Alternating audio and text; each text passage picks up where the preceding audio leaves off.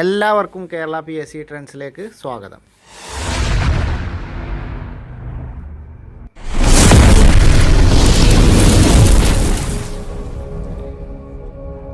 പ്രവൃത്തിയും ശക്തിയും ഊർജ്ജ പരിവർത്തനവും എന്നുള്ള നമ്മുടെ മൊഡ്യൂളിലെ രണ്ടാമത്തെ വീഡിയോ ആണ് ഇന്ന് നമ്മൾ ചെയ്യാൻ പോകുന്നത്. ഇന്ന് നമ്മൾ ചർച്ച ചെയ്യുന്നത് 9ാം ക്ലാസ് ഫിസിക്സിലെ 5ാമത്തെ അധ്യായമായ പ്രവൃത്തി, ഊർജം, പവർ എന്നുള്ള ചാപ്റ്ററാണ്. 9ാം ക്ലാസ് ഫിസിക്സിലെ 5ാമത്തെ അധ്യായമായ പ്രവൃത്തി, ഊർജം, പവർ എന്നുള്ള ചാപ്റ്ററാണ് ഇന്ന് നമ്മൾ ചർച്ച ചെയ്യുന്നത്. എൻ്റെ വീഡിയോ നിങ്ങൾക്ക് ഉപകാരപ്പെട്ടാൽ മാത്രം എൻ്റെ ചാനലൊന്ന് സബ്സ്ക്രൈബ് ചെയ്യുക. നിങ്ങൾക്ക് ഉപകാരപ്പെട്ടതുപോലെ മറ്റുള്ളവർക്കും ഉപകാരപ്പെടുമെന്ന ബോധ്യമുണ്ടെങ്കിൽ ഷെയർ ചെയ്ത് മറ്റുള്ളവരിലേക്കും എത്തിക്കുക. അപ്പോൾ നമുക്ക് നേരെ നമ്മുടെ ഇന്നത്തെ ചാപ്റ്റർ ഡിസ്കഷനിലേക്ക് പോവാം. ഈ ചാപ്റ്ററിൻ്റെ തുടക്കത്തിൽ തന്നെ 2 സംഭാഷണമാണ്. ഒരു വീട്ടിൽ നടക്കുന്ന സംഭാഷണമാണ്. അമ്മ പറയുന്നുണ്ട്, പുതിയ പമ്പ് വാങ്ങിയിട്ടും വാട്ടർ ടാങ്ക് ഇതുവരെ നിറഞ്ഞിട്ടില്ലല്ലോ എന്ന്. അപ്പോൾ അച്ഛൻ പറയുന്നുണ്ട്, 1/2 HP പകരം 1 HP പമ്പ് വാങ്ങണമായിരുന്നു. അപ്പം മകൻ പറയണേ, എന്താണ് അച്ഛ 1/2 HP 1 HP എന്നൊക്കെ പറഞ്ഞാൽ എന്നുള്ളത് നമുക്ക് ആ ഒരു ഇത് കാണിക്കാനാണ്. ഇത് നമുക്ക് ഈ HP എന്താണെന്നുള്ളത് നമുക്ക് ഈ ചാപ്റ്ററിൻ്റെ അവസാനത്തിൽ വരുന്നുണ്ട്. അവിടെ നമുക്ക് ഡിസ്കസ് ചെയ്യാം. കഴിഞ്ഞ യൂണിവേഴ്സിറ്റി LGS മെയിൻസിൽ ചോദിച്ചൊരു ചോദ്യമാണ് 1 HP എന്ന് പറഞ്ഞാൽ എത്ര വാട്ടാണ് എന്നുള്ളത്. കഴിഞ്ഞ യൂണിവേഴ്സിറ്റി LGS മെയിൻസിൽ ചോദിച്ച ചോദ്യമാണ്. അപ്പോൾ അത് നമുക്ക് എന്ത് ചെയ്യാം, ഈ ചാപ്റ്ററിൻ്റെ അവസാനം വരുന്നുണ്ട്. അപ്പോൾ നമുക്ക് ഡിസ്കസ് ചെയ്യാം. അപ്പോൾ ഇതാ ബേസിക് കൺസെപ്റ്റാണ്. അപ്പോൾ അത്രേ അതിൽ പറയുന്നത്. ഇനി 3 ചിത്രങ്ങൾ തന്നിട്ടുണ്ട്. ഒരു ക്രിക്കറ്റ്, ഒരു ബാറ്റ്സ്മാൻ ബാറ്റ് ചെയ്യുന്നത്, ഒരാൾ അർബന വണ്ടി ഉന്തി പോകുന്നതും, ഒരാൾ എന്ത് ചെയ്യുന്നുണ്ട്, ചുമര് തള്ളുന്നതും. 3 ചിത്രങ്ങൾ കൊടുത്തിട്ടുണ്ട്. ഈ 3ൽ എന്തുണ്ട്, ബലം പ്രയോഗിക്കുന്നുണ്ട്. അപ്പോൾ ഇവിടെ ഓരോ പ്രവർത്തനം നടക്കണമെങ്കിൽ എന്ത് ചെയ്യുന്നുണ്ട്, വസ്തുവിൽ ബലം പ്രയോഗിക്കേണ്ടതുണ്ട്. അപ്പോൾ നിങ്ങൾ കണ്ടെത്തിയ ഓരോ പ്രവർത്തനത്തിനും പ്രയോഗിച്ച ബലത്തിൻ്റെ ഉറവിടം ഏതെന്ന് പട്ടികയിൽ എഴുതൂ എന്നുള്ളതാണ്. നമ്മളോടത് കണ്ടെത്താനാണ് പറഞ്ഞത്. മാങ്ങ വീഴുന്നു, ഉന്തുവണ്ടി തള്ളുന്നു, ഭൂമി പിന്നെ പ്രവർത്തനം. അപ്പോൾ മാങ്ങ വീഴുമ്പോൾ എന്താണ്, പ്രയോഗിച്ച ബലത്തിൻ്റെ ഉറവിടം ഏതാണ്, ഭൂമിയാണ്. ഭൂമി താഴേക്ക് വലിക്കുകയാണ്. അതേപോലെ ഉന്തുവണ്ടി തള്ളുമ്പോഴോ തള്ളുന്ന ആളാണ് അവിടെ ബലം പ്രയോഗിക്കുന്ന ആൾ, അല്ലെങ്കിൽ ബലത്തിൻ്റെ ഉറവിടം. അത് ജസ്റ്റ് ആ ബേസിക് ഫാക്റ്റാണ്. അത് ജസ്റ്റ് ഒന്ന് നോക്കിയാൽ മതി. ബലം പ്രയോഗിക്കുമ്പോൾ മാത്രമാണ് വസ്തുക്കൾക്ക് സ്ഥാനാന്തരം ഉണ്ടാവുകയുള്ളൂ. അപ്പോൾ നമ്മളൊരു ബലം പ്രയോഗിച്ചാൽ മാത്രമാണ് ഒരു വസ്തുവിന് സ്ഥാനാന്തരം ഉണ്ടാവുകയുള്ളൂ. അപ്പോൾ നമ്മൾ വെറുതെ ഇരിക്കുന്ന ഒരു ടേബിൾ, ആ ടേബിൾ നിൽക്കുന്ന സ്ഥലത്ത് നിന്ന് മറ്റൊരു സ്ഥലത്തേക്ക് മാറണമെങ്കിൽ നമ്മൾ എന്ത് ചെയ്യണം, ബലം പ്രയോഗിക്കണം. അതിമേ പിടിച്ചിങ്ങനെ തള്ളണം. ഈ തള്ളലാണ് ബലം. ഈ ബലം പ്രയോഗിക്കുമ്പോൾ മാത്രമാണ് ഏത് വസ്തുവാണെങ്കിലും സ്ഥാനാന്തരം ഉണ്ടാകുന്നത് ഈ ബലം പ്രയോഗിക്കുമ്പോൾ മാത്രമാണ്. ഇനി സ്ഥാനാന്തരത്തിൻ്റെ ഒരു പ്രത്യേകത എന്തുണ്ട്, നമ്മളെപ്പോഴും ബലം പ്രയോഗിക്കുന്ന അതേ ദിശയിൽ തന്നെ സ്ഥാനാന്തരം ഉണ്ടായിക്കൊള്ളണമെന്ന് നിർബന്ധമല്ല. നമ്മളിപ്പോൾ ഒരു ബലം പ്രയോഗിക്കുമ്പോൾ അതേ ദിശയിൽ തന്നെ സ്ഥാനാന്തരം ഉണ്ടാവണമെന്ന് നിർബന്ധമില്ല. അപ്പോൾ അങ്ങനെ അതിൻ്റെ ഉദാഹരണമാണ് ഇപ്പോൾ താഴെ 2 തന്നിട്ടുള്ളത്. നമ്മൾ ക്രിക്കറ്റ് ബോൾ അടിച്ച് തെറിപ്പിക്കുമ്പോൾ എന്താണ്, ബലം പ്രയോഗിച്ച് അതേ ദിശയിൽ തന്നെ സ്ഥാനാന്തരം ഉണ്ടാവും. നമ്മൾ എവിടേക്കാണോ ഉദ്ദേശിച്ചത് അല്ലെങ്കിൽ എങ്ങോട്ടാണോ അടിച്ചകറ്റേണ്ടത് ആ സൈഡിലേക്ക് തന്നെയാണ് നമ്മൾ അടിച്ചകറ്റുക. ആ സൈഡിലേക്ക് തന്നെയാണ് സ്ഥാനാന്തരം ഉണ്ടാകുന്നത്. ആ പന്തിൻ്റെ സ്ഥാനാന്തരം ആ സൈഡിലേക്ക് തന്നെയാണ് ഉണ്ടാകുന്നത്. എന്നാൽ ചുമര് തള്ളുമ്പോഴോ, നമ്മളൊരു ചുമര് ഇങ്ങനെ ബലം പ്രയോഗിച്ച് തള്ളിയാൽ അതിന് സ്ഥാനാന്തരം ഉണ്ടാകുമോ? ഇല്ല. നമ്മൾ ചുമര് ഓപ്പോസിറ്റ് ആയിരിക്കും തള്ളുക, പക്ഷേ ചുമരിന് സ്ഥാനാന്തരം ഉണ്ടാവില്ല. പക്ഷേ നമ്മൾ എന്തുണ്ട്, അവിടെ നമ്മൾ ബലം പ്രയോഗിക്കുന്നുണ്ട്. അപ്പോൾ ബലം പ്രയോഗിച്ചാൽ എപ്പോഴും നമ്മൾ ആ ബലം പ്രയോഗിക്കുന്ന ദിശയിൽ സ്ഥാനാന്തരം ഉണ്ടാവണം എന്നില്ല എന്നതിൻ്റെ ഉദാഹരണമാണ് നമുക്ക് ഈ ചുമര് തള്ളുന്നതിനെ കുറിച്ച് പറഞ്ഞത്. ഇപ്പം മുകളിൽ 2 സന്ദർഭം പറഞ്ഞു. മുകളിൽ പറഞ്ഞ എല്ലാ സന്ദർഭങ്ങളിലും വസ്തുക്കൾക്ക് ബലം പ്രയോഗിക്കുന്നുണ്ടെങ്കിൽ എന്തുണ്ട്, എല്ലായ്പ്പോഴും വസ്തുവിന് സ്ഥാനാന്തരം സംഭവിക്കുന്നില്ല. എപ്പോഴും ഈ 2 സന്ദർഭത്തിൽ നമ്മൾ ബലം കൊടുക്കുന്നുണ്ടെങ്കിൽ എന്തുണ്ട്, രണ്ടിടത്തും വസ്തുവിന് ഒരിടത്ത് സ്ഥാനാന്തരം സംഭവിക്കുമ്പോൾ ഒരിടത്ത് സ്ഥാനാന്തരം സംഭവിക്കുന്നില്ല. അപ്പോൾ ഇനി പ്രവൃത്തി എന്ന് പറഞ്ഞാൽ എന്താണ്, ഒരു വസ്തുവിൽ ബലം പ്രയോഗിക്കുമ്പോൾ ആ വസ്തുവിന് ബലം പ്രയോഗിച്ച ദിശയിൽ സ്ഥാനാന്തരം ഉണ്ടായെങ്കിൽ മാത്രമാണ് നമുക്ക് അവിടെ പ്രവൃത്തി ചെയ്തതായിട്ട് കണക്കാക്കാൻ കഴിയുള്ളൂ. അപ്പോൾ പ്രവൃത്തി എന്ന് പറഞ്ഞാൽ എന്താണ്, ഒരു വസ്തുവിൽ ബലം പ്രയോഗിക്കുമ്പോൾ ആ വസ്തുവിന് ബലം പ്രയോഗിച്ച രീതിയിൽ സ്ഥാനാന്തരം ഉണ്ടാവുന്നുവെങ്കിൽ അതാണ് പ്രവൃത്തി. ഈ സ്ഥാനാന്തരം ഉണ്ടാകുന്നുവെങ്കിൽ മാത്രമാണ് അതൊരു പ്രവൃത്തി ചെയ്തതായിട്ട് നമ്മൾ കണക്കാക്കുന്നത്. അപ്പോൾ പ്രവൃത്തി എന്ന് പറഞ്ഞാൽ എന്താണ്? നമ്മളൊരു വസ്തുവിൽ ബലം പ്രയോഗിക്കുമ്പോൾ ആ ബലം പ്രയോഗിച്ച അതേ ദിശയിൽ ആ വസ്തുവിന് സ്ഥാനാന്തരം ഉണ്ടാവുന്നുവെങ്കിൽ അതിനെയാണ് നമ്മൾ പ്രവൃത്തി എന്ന് പറയുന്നത്. അപ്പോൾ അതിനെയാണ് നമ്മൾ അങ്ങനെ സ്ഥാനാന്തരം ഉണ്ടായാൽ മാത്രമാണ് നമ്മൾ ഒരാൾ പ്രവൃത്തി ചെയ്തു എന്ന് നമുക്ക് കണക്കാക്കാൻ കഴിയുകയുള്ളൂ. ഇനി ഇവിടെ ചില ഉദാഹരണങ്ങൾ നോക്കാം. ഒരു കുട്ടി എന്ത് ചെയ്തു? 30 കിലോഗ്രാം മാസുള്ള ഒരു വസ്തുവിനെ എന്ത് ചെയ്തു? തറയിലൂടെ തിരശ്ചീനമായി 50 മീറ്റർ തള്ളി നീക്കി. രണ്ടാമത്തെ കുട്ടി എന്ത് ചെയ്തു? ഇതേ തറയിൽ കൂടി തന്നെ 50 കിലോഗ്രാം മാസുള്ള ഒരു വസ്തു 50 മീറ്റർ തള്ളി നീക്കി. ഈ രണ്ട് കുട്ടികളുടെയും വസ്തുവിന് സമാനമായ വേഗമാണ് നൽകിയത്. കുട്ടികൾ എന്ത് ചെയ്യണം? ഒരാൾ 30 kg ആണ്, ഒരാൾ 50 kg ആണ്. രണ്ട് പേരും എന്താണ്? 50 മീറ്ററാണ് തള്ളി നീക്കിയത്. അപ്പോൾ രണ്ട് കുട്ടികളും വസ്തുവിന് എന്ത് ചെയ്യും? സമാന വേഗമാണ്, ഒരേ വേഗത്തിലാണത് തള്ളി നീക്കിയത്. ഇനി നമ്മളോട് ചോദ്യം ചോദിക്കുകയാണ്, ഇതിലാരാണ് കൂടുതൽ ബലം പ്രയോഗിച്ചത്? നമുക്കറിയാം, കാരണം മാസ് കൂടിയ ആൾ 50 കിലോഗ്രാം വെയിറ്റ് ഉള്ളത് തള്ളി നീക്കിയ കുട്ടിയാണ് എന്തായിരിക്കും കൂടുതൽ ബലം പ്രയോഗിച്ചിരിക്കുക. 30 കിലോഗ്രാമിനേക്കാളും 50 കിലോഗ്രാമിനാണല്ലോ വെയിറ്റ് കൂടുതൽ, അതുകൊണ്ട് ആ കുട്ടിയാണ് കൂടുതൽ ബലവും പ്രയോഗിച്ചിരിക്കുക. ഏത് സന്ദർഭത്തിലാണ് കൂടുതൽ പ്രവൃത്തി ചെയ്യപ്പെട്ടത്? അതിൻ്റെ മാസ് അല്ലെങ്കിൽ ഭാരം കൂടിയപ്പോഴാണ് അത് കൂടുതൽ പ്രവൃത്തി ചെയ്യപ്പെട്ടത്. അപ്പോൾ ഇവിടെ നമ്മൾ മനസ്സിലാക്കേണ്ട കാര്യം എന്താണ്? മാസ് കൂടുമ്പോൾ അല്ലെങ്കിൽ വെയിറ്റ് കൂടുമ്പോൾ എന്ത് ചെയ്യുന്നുണ്ട്? പ്രവൃത്തിയുടെ അളവും കൂടും.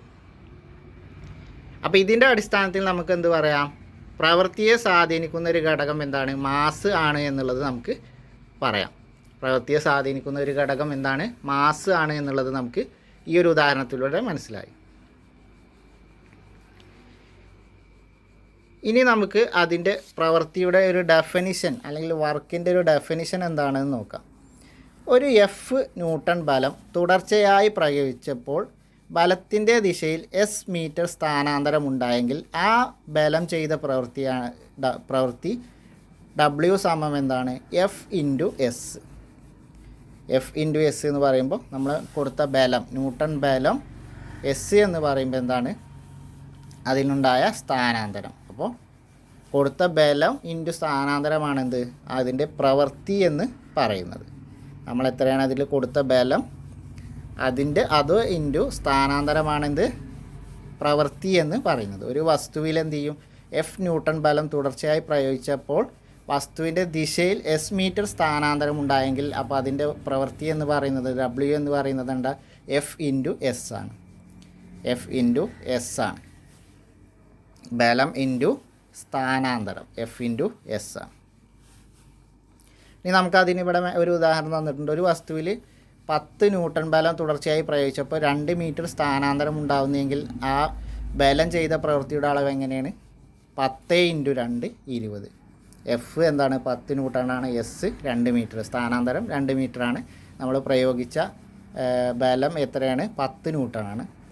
അപ്പോൾ ഡബ്ല്യു സമം വർക്ക്, പ്രവൃത്തി എന്ന് പറയുന്നത് എഫ് ഇൻറ്റു എസ് ആണ്. അപ്പോൾ 10 × 2 20 മീറ്റർ. ബേസിക് കൺസെപ്റ്റാണ്, മനസ്സിലായി എന്ന് വിചാരിക്കുന്നു. അപ്പോൾ അതാണ് പ്രവൃത്തി. എഫ് എന്ന് പറയുമ്പോൾ എന്താണ്? നമ്മൾ പ്രയോഗിച്ച ബലം. ബലത്തിൻ്റെ യൂണിറ്റ് എന്താണ്? ന്യൂട്ടണാണ്. ബലത്തിൻ്റെ യൂണിറ്റ് ന്യൂട്ടണാണ്. എസ് എന്ന് പറയുമ്പോൾ സ്ഥാനാന്തരമാണ്, എഫ് ഇൻറ്റു എസ്. ഇനി ജൂള്, ജെയിംസ് പ്രെസ്കോട്ട് ജൂള് നമ്മുടെ പ്രധാനപ്പെട്ട ഒരാളാണ്. ജെയിംസ് പ്രെസ്കോട്ട് ജൂള് എന്ന ശാസ്ത്രജ്ഞൻ. James Prescott Joule. യാന്ത്രികോർജം, വൈദ്യുതോർജം, താപോർജം എന്നിവ തമ്മിലുള്ള ബന്ധത്തെക്കുറിച്ച് ഗവേഷണം നടത്തിയ ബ്രിട്ടീഷ് ശാസ്ത്രജ്ഞനാണെന്ത്?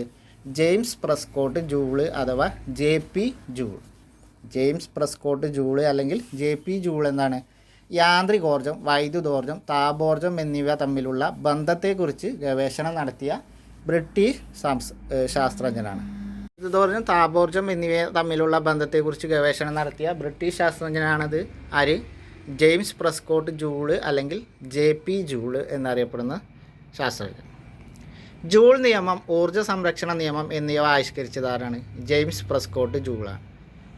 ജൂൾ നിയമം, അത് പിന്നെ പേരിൽ തന്നെ നമുക്ക് കിട്ടും. ഊർജ്ജ സംരക്ഷണ നിയമം എന്നിവ ആവിഷ്കരിച്ചതാണ് ആരാണ്? ജെയിംസ് പ്രെസ്കോട്ട് ജൂളാണ്. അപ്പോൾ ജെയിംസ് പ്രെസ്കോട്ട് ജൂളിൻ്റെ കാര്യങ്ങൾ എന്തൊക്കെയാണ്? ഒന്നാമത് നമ്മൾ പറഞ്ഞത് വൈദ്യുതോർജം, താപോർജം യാന്ത്രികോർജം എന്നിവയെക്കുറിച്ചുള്ള ഗവേഷണം നടത്തിയത് ജൂളാണ്. അതേപോലെ ജൂൾ നിയമം ഊർജ്ജ സംരക്ഷണ നിയമം. ഇനി മറ്റൊരു പ്രധാന പോയിൻ്റാണെന്ത്, പ്രവൃത്തിയുടെയും ഊർജ്ജത്തിൻ്റെയും യൂണിറ്റ് ഏതാണ്? ജൂളാണ്. പ്രവൃത്തിയുടെയും ഊർജ്ജത്തിൻ്റെയും യൂണിറ്റ് ഏതാണ്? ജൂളാണ്. ആ ജൂളിന് ഇതിൻ്റെ യൂണിറ്റിന് ആ ജൂള് എന്ന് നാമകരണം വന്നത് ഇദ്ദേഹത്തിൻ്റെ പേരിൽ നിന്നാണ്. അപ്പോൾ പ്രവൃത്തിയുടെയും ഊർജ്ജത്തിൻ്റെയും യൂണിറ്റ് എന്താണ്? ജൂളാണ്. അപ്പോൾ ആ യൂണിറ്റിന് ജൂള് എന്ന നാമം വന്നത് ഇദ്ദേഹത്തിൻ്റെ പേരിൽ നിന്നാണ്. അദ്ദേഹത്തിൻ്റെ സ്മരണക്കായിട്ടാണ് പ്രവൃത്തിയുടെയും ഊർജ്ജത്തിൻ്റെയും യൂണിറ്റിന് ജൂള് എന്ന് പേരിട്ടത്. James Prescott joule.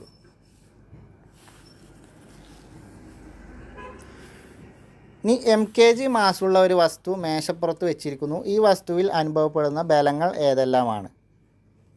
നമുക്കൊരു ഫോട്ടോ തന്നിരിക്കുകയാണ്. അപ്പോൾ ഇതിന് മുകളിലേക്കും അതുപോലെ താഴേക്കും എന്തുണ്ട്? ഇതിന് ബലം അനുഭവപ്പെടുന്നുണ്ട്. ഈ ബലങ്ങൾ ഏതെല്ലാം ദിശയിലേക്കാണ് അനുഭവപ്പെടുന്നത്? ഈ വസ്തുവിൻ്റെ h മീറ്റർ ഉയരത്തിൽ എത്തണമെന്നിരിക്കട്ടെ, വസ്തുവിൽ ബലം പ്രയോഗിക്കേണ്ടത് ഏത് ദിശയിലാണ്?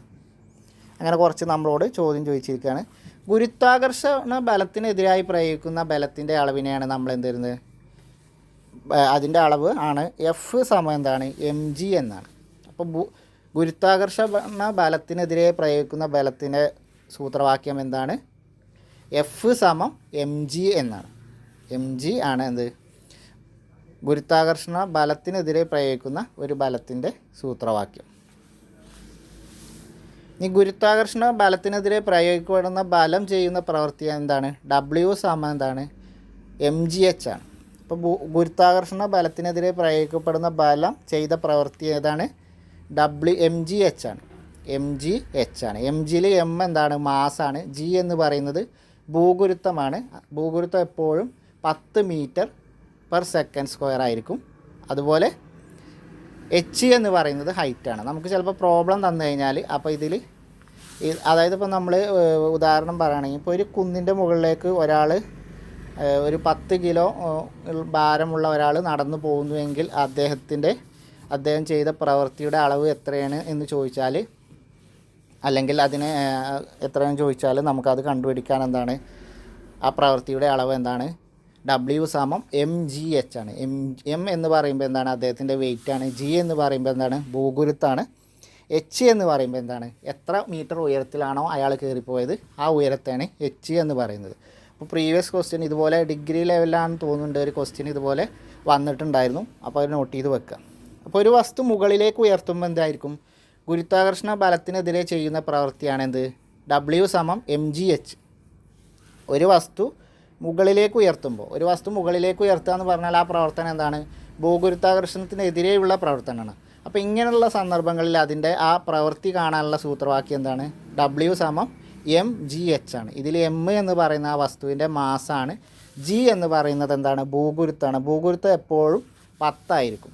ശരിക്കും 9 സംതിങ് ആണ്, പക്ഷേ നമ്മളത് റൗണ്ട് ഫിഗർ ആക്കിയിട്ട് 10 എന്നാണ് നമ്മളെ കാൽക്കുലേഷൻ എളുപ്പത്തിന് വേണ്ടി പറയുക. അപ്പോൾ W സമം mgh. m നമ്മളെന്താണ്? മാസാണ്. അതിൻ്റെ മാസാണ്. g എന്ന് പറയുന്നത് ഭൂഗുരുത്വമാണ്. അതെപ്പോഴും 10 ആയിരിക്കും എന്ന് മൈൻഡിൽ വെക്കുക. h എന്നുള്ളത് എന്താണ്? ഉയരമാണ്. അപ്പോൾ നമുക്ക് ചോദ്യത്തിൽ എപ്പോഴും ഭൂഗുരുത്വം തന്നിട്ടുണ്ടാവില്ല, അത് നമ്മൾ സ്വയം എഴുതേണ്ടതാണ്. 10 ആണ് എപ്പോഴും ഭൂഗുരുത്വം. നമുക്ക് മാസും ഹൈറ്റും മാത്രമേ തന്നിട്ടുണ്ടാവുള്ളൂ. ഇതാ ഇവിടെ അതിൻ്റെ ഒരു ഉദാഹരണമാണ്. 100 ഗ്രാം മാസുള്ള ഒരു പുസ്തകം തറയിൽ നിന്ന് 1 മീറ്റർ ഉയരമുള്ള മേശപ്പുറത്തേക്ക് ഉയർത്തി വെക്കുമ്പോൾ ആകർഷണ ബലത്തിനെതിരെ പ്രയോഗിക്കുന്ന ബലം ചെയ്ത പ്രവൃത്തിയുടെ അളവ് കണക്കാക്കാനാണ്. ഇവിടെ g സമം 10 മീറ്റർ/സെക്കൻഡ് സ്ക്വയർ എന്ന് നമുക്ക് തന്നിട്ടുണ്ട്. പക്ഷേ ഡിഗ്രി ലെവലിലാകുമ്പോൾ നമുക്കിത് g ഇവിടെ തരില്ല. അപ്പോൾ അത് നമ്മൾ 10 മീറ്റർ/സെക്കൻഡ് സ്ക്വയർ ആണ് എന്നുള്ളത് നമുക്കറിയണം. g എന്ന് പറഞ്ഞാൽ അത് ഭൂഗുരുത്വമാണ്. അതെന്താണ്? 10 മീറ്റർ/സെക്കൻഡ് സ്ക്വയർ ആണ്. അപ്പോൾ ഇവിടെ നമ്മൾ സിമ്പിൾ ആ കാൽക്കുലേഷൻ നമുക്ക് ചെയ്യാലോ. മാസ് 100 ഗ്രാമാണ്. അപ്പോൾ 100 ഗ്രാം മാസാണ് പുസ്തകത്തിൻ്റെ മാസ്. അപ്പോൾ 100 ഇൻറ്റു g എത്രയാണ്? 10 ആണ്. 100 ഇൻറ്റു 10. ഉയരം എത്രയാണ്? 1 മീറ്റർ ഉയരത്തിലാണ് ആ പുസ്തകം എടുത്തു വെച്ചത്. അപ്പോൾ 1. അപ്പോൾ 100 ഇൻറ്റു 10 ഇൻറ്റു 1. അപ്പോൾ എന്താണ് ഉത്തരം നമുക്ക് കിട്ടുക? 0.1 ഇൻറ്റു 10 ഇൻറ്റു 1. 100 ഗ്രാം എന്ന് പറയുമ്പോൾ എന്താണ് 0.1 കിലോഗ്രാമാണ് എന്ത് 100 ഗ്രാം എന്ന് പറയുമ്പോൾ. അപ്പോൾ നമ്മളെപ്പോഴും ജൂള് കാണുമ്പോൾ എന്താണ് അത് കിലോഗ്രാമിലാണ് വരിക. ഇവിടെ നമുക്ക് ഗ്രാമിൽ തന്നത് നമ്മൾ എന്ത് ചെയ്യണം, കിലോഗ്രാമിലാക്കി മാറ്റണം. അപ്പം നമ്മൾ എപ്പോഴും വർക്കിൻ്റെ അല്ലെങ്കിൽ പ്രവൃത്തിയുടെ യൂണിറ്റ് എന്താണ്, ജൂളാണ്. ഈ ജൂള് എന്ന് പറഞ്ഞാൽ എന്താണ്, കിലോഗ്രാമാണ്. അപ്പോൾ നമുക്ക് ചോദ്യത്തിൽ തന്ന യൂണിറ്റുകൾ നമ്മളെപ്പോഴും കിലോഗ്രാമിലാക്കിയിട്ട് വേണം നമ്മളെ പ്രോബ്ലം സോൾവ് ചെയ്യാൻ. ഓക്കെ, ഇല്ലെങ്കിൽ എന്താ വെച്ചാൽ ഓപ്ഷനിൽ ഈ തെറ്റായ ഉത്തരം നമ്മളിപ്പോൾ ഇത് കിലോഗ്രാമിലാക്കാതെ ചെയ്ത് ശരി കിട്ടുന്ന ഉത്തരം ഉണ്ടല്ലോ, അത് ഓപ്ഷൻ എ ആയിട്ട് അവിടെ കിടക്കുന്നുണ്ടാവും. അപ്പോൾ നമ്മൾ തെറ്റിപ്പോവാൻ സാധ്യതയുണ്ട്. അപ്പോൾ എപ്പോഴും എന്താണ് പ്രവൃത്തിയുടെ യൂണിറ്റ് ഏതാണ്, ജൂളാണ്. ജൂള് എപ്പോഴും എന്താണ് കിലോഗ്രാമിലായിരിക്കും. ജൂൾ എപ്പോഴും കിലോഗ്രാമിലായിരിക്കും. അപ്പോൾ മാസ് തന്നത് ഗ്രാമിലാണെങ്കിൽ നമ്മൾ എന്ത് ചെയ്യണം, അത് കിലോഗ്രാമിലാക്കിയിട്ട് വേണം പ്രോബ്ലം ചെയ്യാൻ. അപ്പോൾ ഇവിടെ മാസ് 100 ഗ്രാമാണ്, അത് കിലോഗ്രാമിലാക്കുമ്പോൾ 1 കിലോഗ്രാമാണ് എന്ത് 100 ഗ്രാം എന്ന് പറയുമ്പോൾ. ഇപ്പോൾ ജി എന്താണ് 10 മീറ്റർ പെർ സെക്കൻഡ് സ്ക്വയർ ആണ്, ഹൈറ്റ് 1 ആണ്. അപ്പോൾ 0.1 × 10 × 1 സമം അപ്പോൾ എത്രയാണ് 1 കിട്ടുക, 1 ജൂളാണ് കിട്ടുക. 100 ഗ്രാം മാസുള്ള ഒരു വസ്തുവിനെ 1 മീറ്റർ ഉയർത്താൻ ചെയ്യേണ്ട പ്രവൃത്തിയുടെ അളവ് എന്താണ്, 1 ജൂളാണ്. അപ്പോൾ 100 ഗ്രാം മാസുള്ള ഒരു വസ്തുവിനെ 1 മീറ്റർ ഉയർത്താൻ ചെയ്യേണ്ട പ്രവൃത്തിയുടെ അളവ് എത്രയാണ്, 1 ജൂളാണ്. അപ്പോൾ 100 ഒന്നുകൂടി പറയാം, 100 ഗ്രാം മാസുള്ള ഒരു വസ്തുവിനെ 1 മീറ്റർ ഉയർത്താൻ ചെയ്യേണ്ട പ്രവൃത്തിയുടെ അളവ് 1 ജൂളാണ്. ഒരു വസ്തുവിന്മേൽ 50 ന്യൂട്ടൺ ബലം തുടർച്ചയായി പ്രയോഗിക്കപ്പെടുന്നതിൻ്റെ ഫലമായി വസ്തുവിൻ്റെ ദിശയിൽ 2 മീറ്റർ സ്ഥാനാന്തരം ഉണ്ടാകുന്നുവെങ്കിൽ ചെയ്യപ്പെട്ട പ്രവൃത്തിയുടെ അളവ് കണക്കാക്കുക. ഇവിടെ നമുക്കറിയാം, നമ്മൾ F/S എന്ന് നമ്മൾ നേരത്തെ പറഞ്ഞതാണ്, ന്യൂട്ടൺ ബലം ഇൻറ്റു സ്ഥാനാന്തരം 50 × 2. അപ്പോൾ എത്രയാണ് വരിക, പ്രവൃത്തിയുടെ അളവ് 200 വരിക, 100 വരിക. ഇനി 50 കിലോഗ്രാം മാസുള്ള ഒരു മേശയിൽ 200 ന്യൂട്ടൺ ബലം തുടർച്ചയായി പ്രയോഗിച്ചപ്പോൾ ബലത്തിൻ്റെ ദിശയിൽ അതിന് 0.5 മീറ്റർ സ്ഥാനാന്തരം ഉണ്ടാകുന്നുവെങ്കിൽ ബലം ചെയ്ത പ്രവൃത്തിയുടെ അളവ് കണക്കാക്കുക. അപ്പോൾ ഈ ബലം ചെയ്ത പ്രവൃത്തിയുടെ അളവ് കണക്കാക്കുക, നേരെയുള്ള അതേ സാധനം തന്നെയാണ്.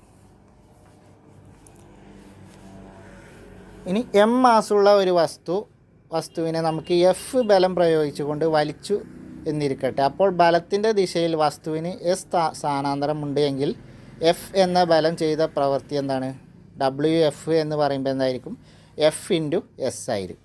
WF എന്ന് പറയുമ്പോൾ F/S ആയിരിക്കും. നമ്മൾ നേരത്തെ പറഞ്ഞ അതേ കാര്യം തന്നെയാണ്. ഇനി ഇവിടെ കോളത്തിൽ വരുന്നത് നോക്കാം. തറയിലിരിക്കുന്ന ഒരു വസ്തുവിനെ വലിക്കുമ്പോൾ ബലം പ്രയോഗിക്കുന്ന ദിശയിൽ വസ്തുവിന് സ്ഥാനാന്തരം ഉണ്ടായെങ്കിൽ ഈ ബലം ചെയ്ത പ്രവൃത്തിയുടെ പോസിറ്റീവും തറ പ്രയോഗിച്ച ഘർഷണ ബലം ചെയ്ത പ്രവൃത്തിയുടെ നെഗറ്റീവും ആയിരിക്കും. നമ്മൾ ഒരു തറയിലിരിക്കുന്ന ഒരു വസ്തു വലിക്കുമ്പോൾ, തറയിൽ നമ്മൾ വെച്ചിട്ടൊരു വസ്തു വലിക്കുകയാണെന്ന് വിചാരിക്കുക. അപ്പോൾ നമ്മൾ എന്ത് ചെയ്യും, ആ വസ്തു വലിക്കുമ്പോൾ അതിന് സ്ഥാനാന്തരം ഉണ്ടാവും. അത് നമ്മളിങ്ങനെ വലിക്കുമ്പോൾ നമ്മൾ ആ വലിക്കുന്ന ദിശയിൽ സ്ഥാനാന്തരം ഉണ്ടാവും. പക്ഷേ എന്ത് ചെയ്യും, നമ്മൾ ഈ ബലം ചെയ്ത പ്രവൃത്തി, അതായത് നമ്മളിങ്ങോട്ട് വലിക്കുന്ന ആ പ്രവൃത്തി എന്താണ്, അത് പോസിറ്റീവായിരിക്കും. എന്നാൽ ഈ ഘർഷണ മൂലം നമുക്ക് എന്താണ്, അത് വലിക്കാൻ കുറച്ച് ബുദ്ധിമുട്ടേണ്ടി വന്നു. കാരണം തറയും ഒരു ഘർഷണ ബലം പ്രയോഗിക്കുന്നുണ്ട്. അപ്പോൾ ആ തറ പ്രയോഗിക്കുന്ന ഘർഷണ ബലം എന്താണ്, ആ പ്രവൃത്തി അത് നെഗറ്റീവും ആയിരിക്കും. അപ്പോൾ നമ്മൾ ആ വലിച്ച പ്രവൃത്തി എന്താണ്, പോസിറ്റീവും, തറ ചെയ്ത ആ ഘർഷണ പ്രവൃത്തി എന്തായിരിക്കും, നെഗറ്റീവും ആയിരിക്കും. നമ്മൾ ഉദാഹരണം പറയുകയാണെങ്കിൽ, ഒരു സിമെൻറ്റ് ചാക്ക് തറയിൽ വെച്ചു, എന്നിട്ട് ഇങ്ങനെ വലിച്ചു. അപ്പോൾ സിമെൻറ്റ് ചാക്ക് എന്താണ്, ഭൂഗുരുത്തം കാരണം അത് വെയിറ്റ് ഉണ്ട്. അപ്പോൾ തറ ഗുരുത്വാകർഷണം മൂലം അതിനെ താഴേക്ക് വലിക്കുന്നു. അവിടെ തറ ഒരു ബലം പ്രയോഗിക്കുന്നുണ്ട്, നമ്മളൊരു ബലം പ്രയോഗിക്കുന്നുണ്ട്. നമ്മൾ പ്രയോഗിച്ച ബലത്തിൻ്റെ അടിസ്ഥാനത്തിൽ ആ സിമെൻറ്റ് ചാക്ക് കുറച്ച് നമ്മൾ വലിച്ചപ്പോൾ കുറച്ച് മുന്നോട്ട് പോന്നിട്ടുണ്ട്. അപ്പോൾ അങ്ങനെ മുന്നോട്ട് പോരുമ്പോൾ അപ്പോൾ നമ്മൾ വലിച്ച ആ ഒരു ബലമുണ്ടല്ലോ, അതാണ് പോസിറ്റീവ്. അപ്പോൾ ഈ തറ പ്രയോഗിച്ചൊരു ബലമുണ്ട്, ഘർഷണ ബലമുണ്ട്, അത് നെഗറ്റീവും ആയിരിക്കും.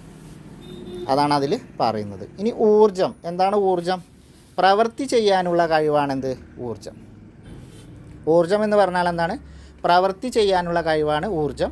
ഊർജത്തിന് ഉദാഹരണങ്ങളാണ് യാന്ത്രികോർജം, താപോർജം, വൈദ്യുതോർജം. യാന്ത്രികോർജം, താപോർജം, വൈദ്യുതോർജം എന്നിവയൊക്കെ എന്താണ്, നമുക്ക് പരിചിതമായ ഊർജ രൂപങ്ങളാണ്. പ്രവൃത്തി ചെയ്യാനുള്ള കഴിവാണെന്ത്, ഊർജം എന്നുള്ളത്.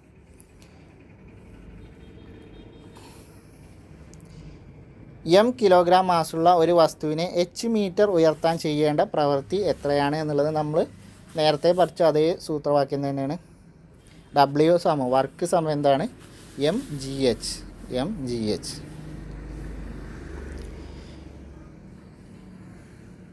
ഇനി യാന്ത്രികോർജ്ജത്തെ നമുക്ക് 2 തരം യാന്ത്രികോർജ്ജങ്ങളുണ്ട്. ഇനി യാന്ത്രികോർജ്ജത്തെക്കുറിച്ചാണ് നമ്മൾ പഠിക്കുന്നത്. അപ്പോൾ ഊർജ്ജത്തിൻ്റെ രൂപങ്ങൾ യാന്ത്രികോർജ്ജം, താപോർജ്ജം, വൈദ്യുതോർജ്ജം എന്ന് പറഞ്ഞു. ഇനി യാന്ത്രികോർജ്ജമാണെങ്കിലോ 2 വിധം യാന്ത്രികോർജ്ജമുണ്ട്, ഗതികോർജ്ജവും സ്ഥിതികോർജ്ജവും. അപ്പോൾ യാന്ത്രികോർജ്ജത്തിൻ്റെ 2 വിഭാഗങ്ങൾ ഏതൊക്കെയാണ്? ഗതികോർജ്ജവും സ്ഥിതികോർജ്ജവും. ഗതികോർജ്ജം എന്ന് പറഞ്ഞാൽ എന്താണ്? ഒരു വസ്തുവിന് അതിൻ്റെ ചലനം കൊണ്ട് ലഭ്യമാകുന്ന ഊർജ്ജമാണെന്ത്? ഗതികോർജ്ജം. ഒരു വസ്തുവിന് അതിൻ്റെ ചലനം കൊണ്ട് ലഭ്യമാകുന്ന ഊർജ്ജമാണെന്ത്? ഗതികോർജ്ജം. ഇനി സ്ഥിതികോർജ്ജം എന്ന് പറഞ്ഞാൽ എന്തായിരിക്കും? സ്ഥിതികോർജ്ജം എന്ന് പറഞ്ഞാൽ നേരെ തിരിച്ചാണ്.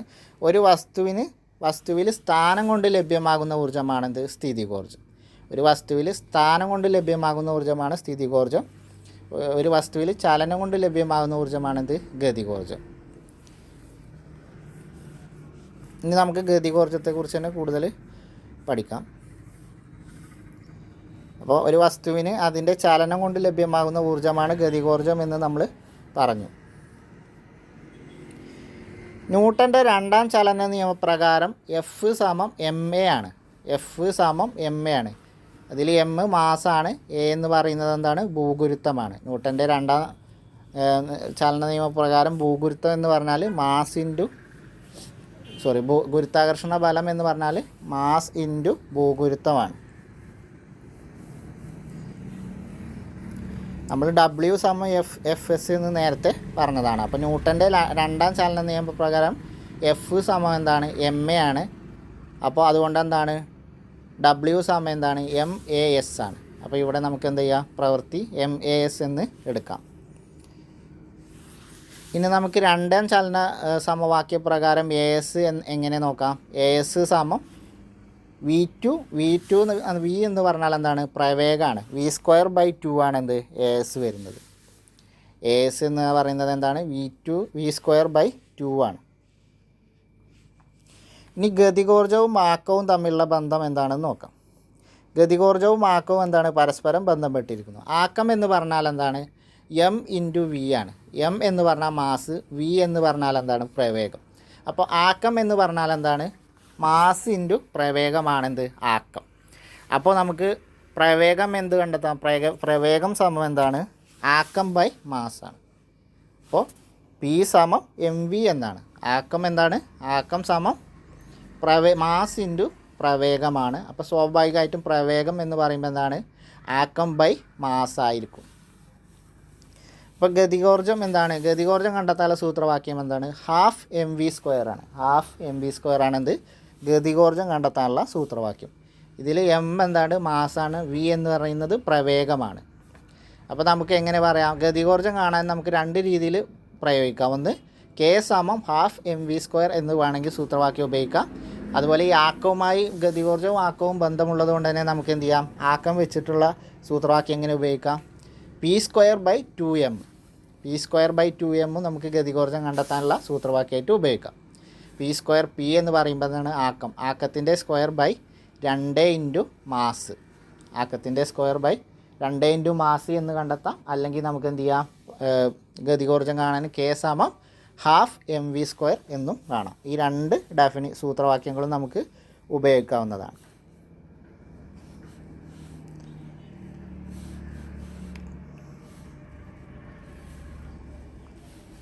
ഇവിടെ നമ്മൾ എ എസ് സമം v²/2 എന്ന് പറഞ്ഞു. അപ്പോൾ അതുകൊണ്ട് ഡബ്ല്യു മാസിൽ എ എസിന് പകരം എന്തായിരിക്കും? v²/2 എന്ന് ചേർത്താൽ ഡബ്ല്യു സമം എന്തായിരിക്കും? ഹാഫ് എം വി സ്ക്വയർ എന്നുള്ളത് നമ്മളിവിടെ പഠിച്ചു. അപ്പോൾ ഈ പ്രവൃത്തിയാണ് എന്ത്? മുകളിലെ ഉദാഹരണത്തിൽ പറഞ്ഞ കാറിന് ലഭിച്ച ഗതികോർജ്ജത്തിൻ്റെ പരിണാമം. ഓക്കെ. ഗതികോർജ്ജം സമം എന്താണ്? ഗതികോർജ്ജം സമം കെ സമം ഹാഫ് എം വി സ്ക്വയർ ആയിരിക്കും. ഗതികോർജ്ജം എന്ന് പറഞ്ഞാൽ എന്താണ്? കെ സമം ഹാഫ് എം വി സ്ക്വയർ ആയിരിക്കും. കെ സമം ഹാഫ് എം വി സ്ക്വയർ എന്നും കൊടുക്കാം. അല്ലെങ്കിൽ എങ്ങനെ കണക്ട് ചെയ്യാം? ആക്കം സ്ക്വയർ ബൈ 2 ഇൻറ്റു മാസ്. അങ്ങനെയും നമുക്ക് ഗതികോർജം കണ്ടുപിടിക്കാം. എം മാസുള്ള ഒരു വസ്തു വി പ്രവേഗത്തോടെ ചലിക്കുമ്പോൾ അതിൻ്റെ ഗതികോർജം K സമം ഹാഫ് mv² ആയിരിക്കും. പ്രധാനപ്പെട്ട സൂത്രവാക്യമാണ്. ഇതും വെച്ചിട്ടുള്ള പ്രോബ്ലം നമുക്ക് പ്രതീക്ഷിക്കാം. അപ്പോൾ എം മാസുള്ളൊരു വസ്തു വി പ്രവേഗത്തോടെ ചലിക്കുമ്പോൾ അതിൻ്റെ ഗതികോർജം എന്തായിരിക്കും? K സമം ഹാഫ് mv² ആയിരിക്കും. ഒന്നും കൂടിയും പറ. എം മാസുള്ളൊരു വസ്തു വി പ്രവേഗത്തോടെ ചലിക്കുമ്പോൾ അതിൻ്റെ ഗതികോർജം K സമം ഹാഫ് mv² ആയിരിക്കും. ഇവിടെ നമ്മൾ ഗതികോർജം കാണാനുള്ള ഒരു പ്രോബ്ലം താഴെ തന്നിട്ടുണ്ട്. ഇനി ഇവിടെ ഗതികോർജം കണ്ടുപിടിക്കാനുള്ള ഒരു പ്രോബ്ലം തന്നിട്ടുണ്ട്. 70 കിലോഗ്രാം മാസുള്ള ഒരാൾ 80 കിലോഗ്രാം മാസുള്ള ഒരു സ്കൂട്ടറിൽ ഓടിക്കൊണ്ടിരിക്കുകയാണ്. സ്കൂട്ടറിന് 10 മീറ്റർ/സെക്കൻഡ് പ്രവേഗമുണ്ടെങ്കിൽ ആകെ ഗതികോർജം എത്രയായിരിക്കും? നമ്മൾ പറഞ്ഞു ഗതികോർജം കാണാനുള്ള സൂത്രവാക്യം എന്താണ്? K സമം 1/2 mv² എന്ന് നമ്മൾ പഠിച്ചതാണ്. K സമം 1/2 mv². അപ്പോൾ ഇവിടെ മാസ് എത്രയാണ്? ഇവിടെ മാസ് 70 കിലോഗ്രാം എന്തുണ്ട്? ആൾക്ക് മാസ് ഉണ്ട്. 80 കിലോഗ്രാം എന്തുണ്ട്? സ്കൂട്ടറിനും മാസ് ഉണ്ട്. അപ്പോൾ ഇവിടെ മാസ് എന്ന് പറയുന്നത് രണ്ടിൻ്റെയും തുകയായിരിക്കും. അപ്പോൾ ഇവിടെ ടോട്ടൽ മാസ് എന്ന് പറഞ്ഞാൽ 70 + 80 150 kg ആയിരിക്കും. പിന്നെ പ്രവേഗം നേരിട്ട് തന്നിട്ടുണ്ട് 10 മീറ്റർ/സെക്കൻഡ് ആണ്. അപ്പോൾ ഇനി നമുക്ക് നേരിട്ട് നമ്മളെ സൂത്രവാക്യം അപ്ലൈ ചെയ്യാലോ, നേരിട്ട് ചെയ്യാലോ, ഡയറക്റ്റ് ആണല്ലോ. അപ്പോൾ എം നമുക്ക് 150 kg കിട്ടി, വി 10 മീറ്റർ/സെക്കൻഡും കിട്ടി. അപ്പോൾ K സമം ഹാഫ് ഇൻറ്റു mv². അപ്പോൾ ഹാഫ് ഇൻറ്റു 150 ഇൻറ്റു 10². അപ്പോൾ എത്ര കിട്ടും? 7500 ജൂള് എന്ന് കിട്ടും. അപ്പോൾ 7.5 കിലോ ജൂൾ. അപ്പോൾ നമ്മൾ കിലോഗ്രാമിലേക്ക് മാറ്റുമ്പോൾ എത്രയാണ്? 7.5 കിലോ ജൂളാണ് ഇതിൻ്റെ ഗതികോർജം. നമ്മളെപ്പോഴും പറഞ്ഞു ഇതിൻ്റെ യൂണിറ്റ് ജൂളാണ്. അപ്പോൾ നമ്മളത് കിലോഗ്രാമിലേക്ക് മാറ്റണം. കിട്ടുന്ന യൂണിറ്റിന് എന്ത് ചെയ്യണം? കിലോഗ്രാമിലേക്ക് മാറ്റണം. അടുത്ത ചോദ്യം ഇനി നിങ്ങൾക്ക് ചെയ്യാലോ. 1500 കിലോഗ്രാം മാസുള്ള ഒരു കാറ് 20 മീറ്റർ/സെക്കൻഡ് വേഗത്തോടെ സഞ്ചരിച്ചുകൊണ്ടിരിക്കുമ്പോൾ അതിന് എത്ര ഗതികോർജം ഉണ്ടായിരിക്കും എന്നുള്ള ചോദ്യം നിങ്ങൾക്ക് ചെയ്യാം എന്ന് വിചാരിക്കുന്നു. അപ്പോൾ ഇനിയുള്ള 2 ചോദ്യങ്ങൾ നിങ്ങൾ സ്വയം ഒന്ന് ചെയ്യുക. അതുപോലെ തന്നെ 50 കിലോഗ്രാം മാസുള്ള ഒരു കുട്ടി 2 മീറ്റർ/സെക്കൻഡ് വേഗത്തോടെ സൈക്കിൾ ഓടിച്ചു കൊണ്ടിരിക്കുന്നു. 10 kg മാസ് ഉണ്ട് സൈക്കിളിന്. എങ്കിൽ ആകെ ഗതികോർജം കണക്കാക്കുക. അപ്പോൾ ഇവിടെ ഈ രണ്ടാമത്തെ കേസിൽ ഇതിൻ്റെ മാസ് എത്രയാണ് വരുന്നത്? കുട്ടിക്ക് 50 kg, സൈക്കിളിന് 10, 60 kg ആണ്. ഇതിൻ്റെ പ്രവേഗം 2 മീറ്റർ/സെക്കൻഡ് ആണ് പ്രവേഗം വരുന്നത്. മുകളിൽ 1500 kg ആണ് ഇതിൻ്റെ മാസ് വരുന്നത്. പ്രവേഗം 20 മീറ്റർ/സെക്കൻഡ് ആണ്. അപ്പോൾ ഹാഫ് mv² എന്നുള്ള ആ സൂത്രവാക്യം ഉപയോഗിച്ച് ഈ 2 പ്രോബ്ലത്തിൻ്റെ ഉത്തരം നിങ്ങൾ കണ്ടെത്തുക. വസ്തുക്കൾ നിശ്ചലമായിരിക്കുമ്പോൾ അവയിൽ ഊർജം അടങ്ങിയിട്ടുണ്ടാവും. വസ്തുക്കൾ നിശ്ചലമായിരിക്കുമ്പോൾ എന്തുണ്ടാവും? അതിൽ ഊർജം അടങ്ങിയിട്ടുണ്ടാവും. പ്രവൃത്തി ഊർജ തത്വം, വർക്ക് എനർജി പ്രിൻസിപ്പിൾ. അടുത്തതാണ് പ്രവൃത്തി ഊർജ തത്വം. എം മാസുള്ള ഒരു വസ്തു യു പ്രവേഗത്തോടു കൂടി സഞ്ചരിച്ചു കൊണ്ടിരിക്കുന്നു. വസ്തു സഞ്ചരിക്കുന്ന അതേ ദിശയിൽ ബലം പ്രയോഗിച്ചപ്പോൾ അതിൻ്റെ ത്വരണം എ ആയി. ബലം പ്രയോഗിച്ച ദിശയിൽ വസ്തുവിനുണ്ടായ സ്ഥാനാന്തരം എസ് എങ്കിൽ ബലം ചെയ്ത പ്രവൃത്തി എത്രയാണ്? എം മാസുള്ളൊരു വസ്തു യു പ്രവേഗത്തോടു കൂടി സഞ്ചരിക്കുമ്പോൾ വസ്തു സഞ്ചരിക്കുന്ന അതേ ദിശയിൽ ബലം പ്രയോഗിച്ചപ്പോൾ എന്ത് ചെയ്തു? അതിൻ്റെ ത്വരണം എ ആയി. ബലം പ്രയോഗിച്ച ദിശയിൽ വസ്തുവിന് എസ് സ്ഥാനാന്തരം ഉണ്ടായി. അങ്ങനെയാണെങ്കിൽ ബലം എത്രയാണ്? ബലം ചെയ്ത പ്രവൃത്തി എത്രയാണ് എന്ന് ചോദിച്ചിട്ടുണ്ട്. അപ്പോൾ ഇത് നമുക്ക് എങ്ങനെ കണ്ടുപിടിക്കാം? ന്യൂട്ടൻ്റെ രണ്ടാം ചലന നിയമം അനുസരിച്ച് എഫ് സമം എന്താണ്? എം എ ആണ്. ന്യൂട്ടൻ്റെ രണ്ടാം ചലന നിയമം അനുസരിച്ച് എന്താണ്? എഫ് സമം എം എ ആണ്. വർക്ക് സമം എന്താണ്? എഫ് ഇൻറ്റു എസ് ആണ്. അപ്പോൾ എഫ് സമം എം എ ആണെങ്കിൽ എന്താണ്? വർക്ക് സമം എം എ ഇൻറ്റു എസ് എന്നും നമുക്ക് വേണമെങ്കിൽ എഴുതാം. ന്യൂട്ടൻ്റെ രണ്ടാം ചലന നിയമപ്രകാരം എഫ് സമം എം എ ആണ്. അതേപോലെ വർക്ക് സമം എഫ് ഇൻറ്റു എസ് ആണ്. അപ്പോൾ ഈ രണ്ടാം ചലന നിയമപ്രകാരമാണെങ്കിൽ നമുക്ക് എന്ത് ചെയ്യാം? എം എ ഇൻറ്റു എസ് എന്നും വേണമെങ്കിൽ എഴുതാവുന്നതാണ്. ചലന സമവാക്യം അനുസരിച്ചുള്ള കാര്യമാണ് ഈ പറയുന്നത്. അതിൽ യു എന്നത് എന്താണ്? ആദ്യ പ്രവേഗമാണ്. വി എന്നത് എന്താണ്? അന്ത്യപ്രവേഗവും. എ എന്നുള്ളത് ത്വരണവും. എസ് എന്താണ്? സ്ഥാനാന്തരമാണ്. അപ്പോൾ ആദ്യ പ്രവേഗം u, അന്ത്യപ്രവേഗം v, ത്വരണം a, സ്ഥാനാന്തരം എസ്സും ആയാൽ v സ്ക്വയർ എന്ന് പറയുമ്പോൾ എന്തിന് തുല്യമാണ്? u സ്ക്വയർ പ്ലസ് 2as തുല്യമാണ്. അപ്പോൾ ഇതിൽ v സ്ക്വയർ അന്ത്യപ്രവേഗത്തിൻ്റെ സ്ക്വയർ എന്നുള്ളത് ആദ്യ പ്രവേഗത്തിൻ്റെ സ്ക്വയറിനോട് 2 ത്വരണവും സ്ഥാനാന്തരവും കൂട്ടിയതിന് തുല്യമായിരിക്കും.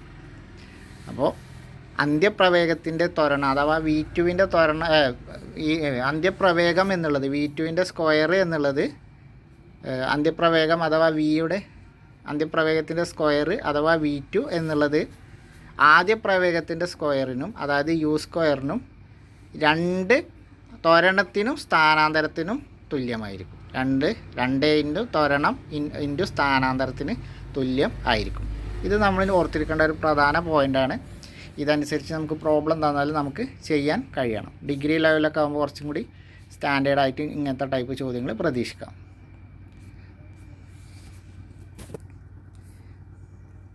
അപ്പോൾ ഈ സൂത്രവാക്യം നമുക്ക് എങ്ങനെ എഴുതാം? W സമയം എങ്ങനെ എഴുതാം? m into v square minus u square by 2 എന്ന് കൊടുക്കാം. അപ്പോൾ നമുക്ക് വർക്ക് എങ്ങനെ കാണാം?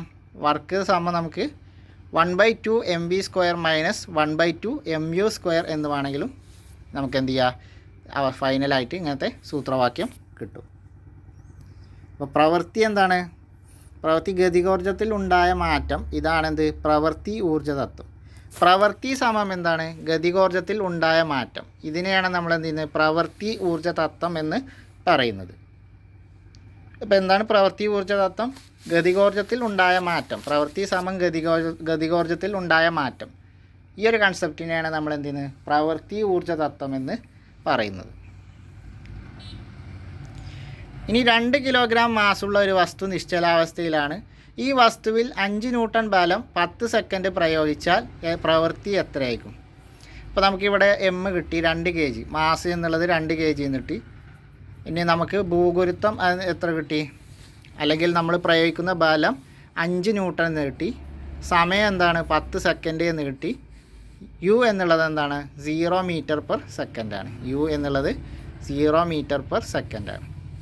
അപ്പോൾ w സമയം എന്താണ്? പ്രവൃത്തി സമയം എത്രയാണ്? ½ mv square minus ½ mu square. അപ്പോൾ അത് നമുക്ക് F എന്നുള്ളത് എന്താണ്? F സമം ma എന്നുള്ളത് ന്യൂട്ടൻ്റെ 2ാം ചലന നിയമമാണ്. അപ്പോൾ നമ്മൾ അത് വെച്ച് നോക്കുമ്പോൾ a സമയം എന്താണ്? F/m ആണ്. അപ്പോൾ അങ്ങനെയാണെങ്കിൽ 5/2 എന്ന് പറയുമ്പോൾ 2.5 മീറ്റർ പെർ സെക്കൻഡ് സ്ക്വയർ ആണെന്ത്? a എന്നുള്ളത്.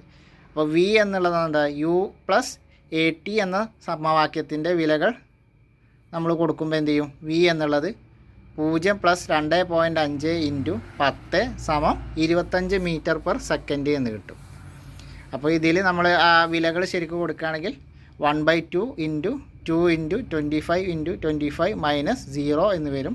അപ്പോൾ 1/2 ഇൻറ്റു 2 ഇൻറ്റു 62.5 എന്ന് 625 എന്ന് വരും. അപ്പോൾ 625 ജൂളാണെന്ത് ഇതിൻ്റെ ഉത്തരം വരിക. നമ്മൾ ഗതികോർജ്ജം പഠിച്ചു. ഇനി അടുത്തതാണെന്ത്? സ്ഥിതികോർജ്ജം അല്ലെങ്കിൽ പൊട്ടൻഷ്യൽ എനർജി. സ്ഥിതികോർജ്ജം അല്ലെങ്കിൽ പൊട്ടൻഷ്യൽ എനർജി എന്ന് പറയുന്നത് നമ്മൾ നേരത്തെ പറഞ്ഞ അതാണ്. ഒരു വസ്തുവിൽ സ്ഥാനം കൊണ്ട് ലഭ്യമാകുന്ന ഊർജ്ജമാണെന്ത്? സ്ഥിതികോർജ്ജം. അതായത് സ്ഥിതികോർജ്ജം എന്ന് പറഞ്ഞാൽ എന്താണ്? u സമം mgh ആണ്. സ്ഥിതികോർജ്ജം എന്ന് പറഞ്ഞാൽ mgh ആണ് സ്ഥിതികോർജ്ജത്തിൻ്റെ സൂത്രവാക്യം. ഒരു വസ്തുവിൽ സ്ഥാനം കൊണ്ട് ലഭ്യമാകുന്ന ഊർജ്ജമാണെന്ത്? സ്ഥിതികോർജ്ജം. അത് കാണാനുള്ള സൂത്രവാക്യമാണ് u സമം mgh. u സമം mgh. ഈ സ്ഥാനവും സ്ഥിതികോർജ്ജവും.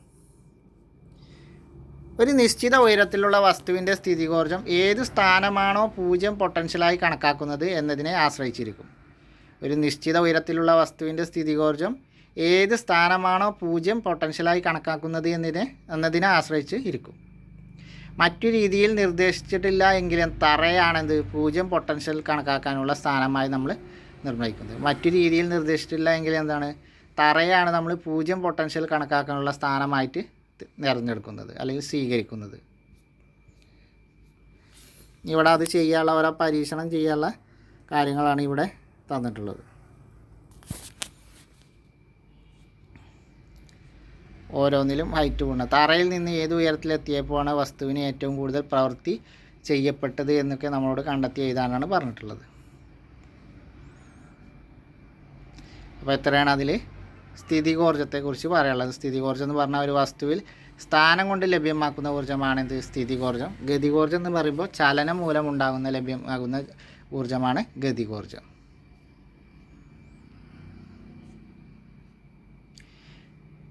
ഇനി സ്ഥിതികോർജ്ജം വ്യത്യാസപ്പെടുന്ന ചില സന്ദർഭങ്ങൾക്ക് ഉദാഹരണം നോക്കാം. തെങ്ങിൽ നിന്ന് തേങ്ങ താഴോട്ട് പതിക്കുന്നതും ഉയരത്തിലുള്ള വാട്ടർ ടാങ്കിലേക്ക് വെള്ളം പമ്പ് ചെയ്യുന്നതൊക്കെ എന്താണ് ഈ സ്ഥിതികോർജ്ജം വ്യത്യസ്തമായ രീതിയിൽ അനുഭവപ്പെടുന്ന സന്ദർഭങ്ങളാണ്. 1 മീറ്റർ ഉയരത്തിലുള്ള മേശപ്പുറത്ത് സ്ഥിതി ചെയ്യുന്ന 200 ഗ്രാം മാസുള്ള ഒരു പുസ്തകത്തിൻ്റെ സ്ഥിതികോർജ്ജം എത്രയായിരിക്കുമെന്ന് നമ്മളോട് കണ്ടെത്താനാണ്. നമ്മളിപ്പോൾ പറഞ്ഞിട്ടുള്ളൂ യു എന്താണ് mgh എന്ന് പറഞ്ഞു. അപ്പോൾ അങ്ങനെയാണെങ്കിൽ ഇവിടെ എം എത്രയാണ് 200 ഗ്രാമാണ്.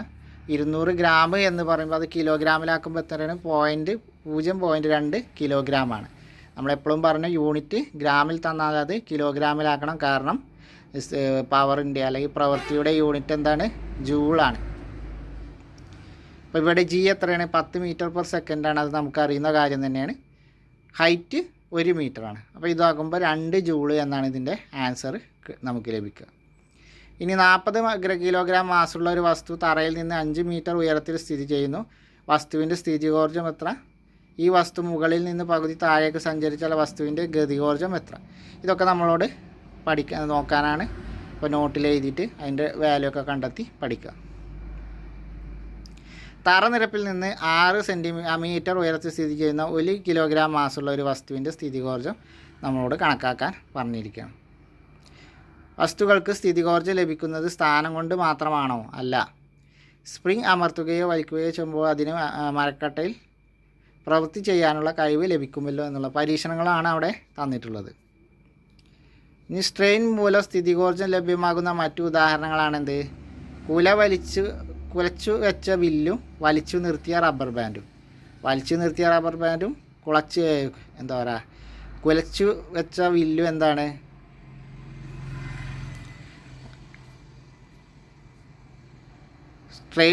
സ്ട്രെയിൻ മൂലം സ്ഥിതികോർജ്ജം ലഭ്യമാക്കുന്ന മറ്റു ഉദാഹരണങ്ങളാണ്.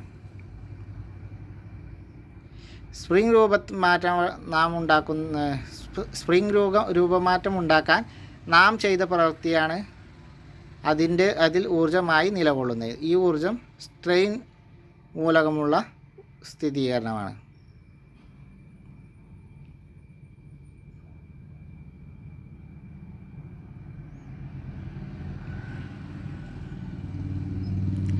അടുത്തതാണ് ഊർജ്ജ സംരക്ഷണ നിയമം പറയുന്നതിന് മുമ്പ് നമുക്ക് ചില ഉപകരണങ്ങളും അതിൻ്റെ ഊർജ്ജ പരിവർത്തനങ്ങളും നോക്കാം. പ്രധാനപ്പെട്ട കോളമാണ്, നിർബന്ധമായിട്ട് നോട്ട് ചെയ്ത് വെക്കുക. പ്രീവിയസ് ക്വസ്റ്റ്യൻ വന്ന ഭാഗമാണ്. വൈദ്യുത ജനറേറ്ററിൽ എന്ത് ഊർജ്ജ പരിവർത്തനമാണ് നടക്കുന്നത്? യാന്ത്രികോർജ്ജം എന്ത് ചെയ്യും? വൈദ്യുതോർജ്ജമായി മാറും. വൈദ്യുത ജനറേറ്ററിൽ യാന്ത്രികോർജ്ജം വൈദ്യുതോർജ്ജമായി മാറും. ഫാനിലാണെങ്കിലോ വൈദ്യുതോർജ്ജം യാന്ത്രികോർജ്ജമായിട്ട് മാറും. ഇസ്തിരിപ്പെട്ടിയിലാണെങ്കിൽ വൈദ്യുതോർജ്ജം താപോർജ്ജമായി മാറും. വൈദ്യുത ബൾബിലാണെങ്കിൽ വൈദ്യുതോർജ്ജം പ്രകാശോർജ്ജമായിട്ട് മാറും. ഒന്നും കൂടി പറയാം. വൈദ്യുത ജനറേറ്ററിൽ എന്താണ് നടക്കുന്നത്? യാന്ത്രികോർജ്ജം വൈദ്യുതോർജ്ജമാകും. ഫാനിലോ വൈദ്യുതോർജ്ജം യാന്ത്രികോർജ്ജമാകും. ഇസ്തിരിപ്പെട്ടിയിലാണെങ്കിൽ വൈദ്യുതോർജ്ജം താപോർജ്ജമാകും. വൈദ്യുത ബൾബിലാണെങ്കിലോ വൈദ്യുതോർജ്ജം പ്രകാശോർജ്ജമായിട്ട് മാറും. അപ്പോൾ ഈ ഒരു കോളം വളരെ പ്രധാനപ്പെട്ട കോളാണ്, നിർബന്ധമായിട്ടും നോട്ട് ചെയ്ത് വെക്കുക.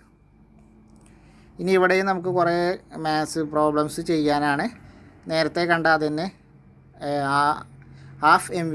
K=12mv² എന്നുള്ള സൂത്രവാക്യം വെച്ച് നമ്മൾ പ്രോബ്ലംസ് ചെയ്യാൻ തന്നെയാണ് ഇവിടെയും തന്നിട്ടുള്ളത്. ഊർജ്ജം നിർമ്മിക്കാനോ നശിപ്പിക്കാനോ കഴിയില്ല. ഒരു രൂപത്തിലുള്ള ഊർജ്ജം മറ്റൊരു രൂപത്തിലേക്ക് മാറ്റാനേ കഴിയൂ. ഇതാണെന്ത്? ഊർജ്ജ സംരക്ഷണ നിയമം. എന്താണ് ഊർജ്ജ സംരക്ഷണ നിയമം എന്ന് പറഞ്ഞാൽ? ഊർജ്ജം നിർമ്മിക്കാനോ നശിപ്പിക്കാനോ കഴിയില്ല.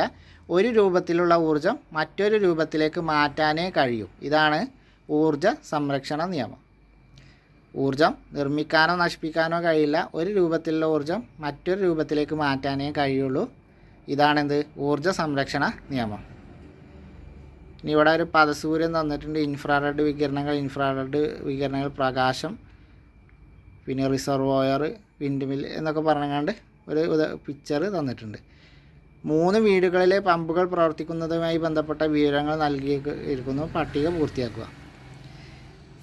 ഇത് ജസ്റ്റ് നമുക്കൊന്ന് പഠന പ്രവർത്തനം പോലെ തന്നൊരു ഭാഗമാണ് ഈ ഒരു കോളം കേട്ടോ. അവിടെ നിന്ന് നോട്ട് ചെയ്യണം എന്നില്ല. ഒരു യൂണിറ്റ് സമയത്തിൽ ചെയ്ത പ്രവൃത്തി അഥവാ പ്രവൃത്തിയുടെ നിരക്കാണ് എന്ത്? പവർ. എന്താണ് പവർ എന്ന് പറഞ്ഞാൽ? യൂണിറ്റ് സമയത്തിൽ ചെയ്ത പ്രവൃത്തി അഥവാ പ്രവൃത്തിയുടെ നിരക്ക്. ഒരു യൂണിറ്റ് സമയത്തിൽ ചെയ്ത പ്രവൃത്തി അല്ലെങ്കിൽ ആ പ്രവൃത്തിയുടെ നിരക്കാണ് എന്ത്? പവർ. അപ്പോൾ പവർ കാണാനുള്ള സൂത്രവാക്യം എന്താണ്? പ്രവൃത്തി ബൈ സമയമാണ്. പവർ കാണാനുള്ള സൂത്രവാക്യം പ്രവൃത്തി ബൈ സമയമാണ്. P = W/T ആണ്. P = വർക്ക് ബൈ ടൈമാണ്. P അഥവാ പവർ = വർക്ക് ബൈ എന്താണ്? വർക്ക് ഡിവൈഡഡ് ബൈ ടൈമാണ്. പവർ എന്ന് പറഞ്ഞാൽ എന്താണ്? പ്രവൃത്തി ഹരിക്കണം സമയമാണ്. ഒരു യൂണിറ്റ് സമയത്തിൽ ചെയ്ത പ്രവൃത്തി അല്ലെങ്കിൽ പ്രവൃത്തിയുടെ നിരക്ക്, ഇതാണെന്ത്? പവർ എന്ന് പറയുന്നത്. പവറിൻ്റെ യൂണിറ്റ് എന്ന് പറഞ്ഞാൽ ജൂൾ പെർ സെക്കൻഡ് ആണ്. പവറിൻ്റെ യൂണിറ്റ് എന്ന് പറഞ്ഞാൽ എന്താണ്? ജൂൾസ് പെർ സെക്കൻഡ് ആണ്. കാരണം പ്രവൃത്തിയുടെ യൂണിറ്റ് ജൂളാണ്, സമയത്തിൻ്റെ യൂണിറ്റ് സെക്കൻഡാണ്. അപ്പോൾ ഇത് രണ്ടും വരുന്നത് കൊണ്ട് പവറിൻ്റെ യൂണിറ്റ് എന്താണ്? ജൂൾ പെർ സെക്കൻഡ് ആണ്. അപ്പോൾ പവറിൻ്റെ യൂണിറ്റ് സമം പ്രവൃത്തിയുടെ യൂണിറ്റ് ബൈ സമയത്തിൻ്റെ യൂണിറ്റ്. അപ്പോൾ അങ്ങനെ ചെയ്യുമ്പോൾ ജൂൾ പെർ സെക്കൻഡ് എന്ന് വരും. ജൂൾ പ്രതി സെക്കൻഡിനെയാണ് വാട്ട് എന്ന് വിളിക്കുന്നത്. അപ്പോൾ ജൂൾ പെർ സെക്കൻഡിനെയാണ് നമ്മൾ എന്ത് ചെയ്യുന്നത്? വാട്ട് എന്ന് വിളിക്കുന്നത്. ജൂൾ പെർ സെക്കൻഡിനെയാണ് നമ്മൾ വാട്ട് എന്ന് വിളിക്കുന്നത്. 1 കിലോ വാട്ട് എന്ന് പറഞ്ഞാൽ 1000 വാട്ടാണ്. 1 കിലോ വാട്ട് എന്ന് പറഞ്ഞാൽ എന്താണ്? 1000 വാട്ടാണ് 1 കിലോ വാട്ട്. അപ്പോൾ അങ്ങനെയാണെങ്കിൽ 1 HP എന്ന് പറഞ്ഞാൽ എത്രയാണ്?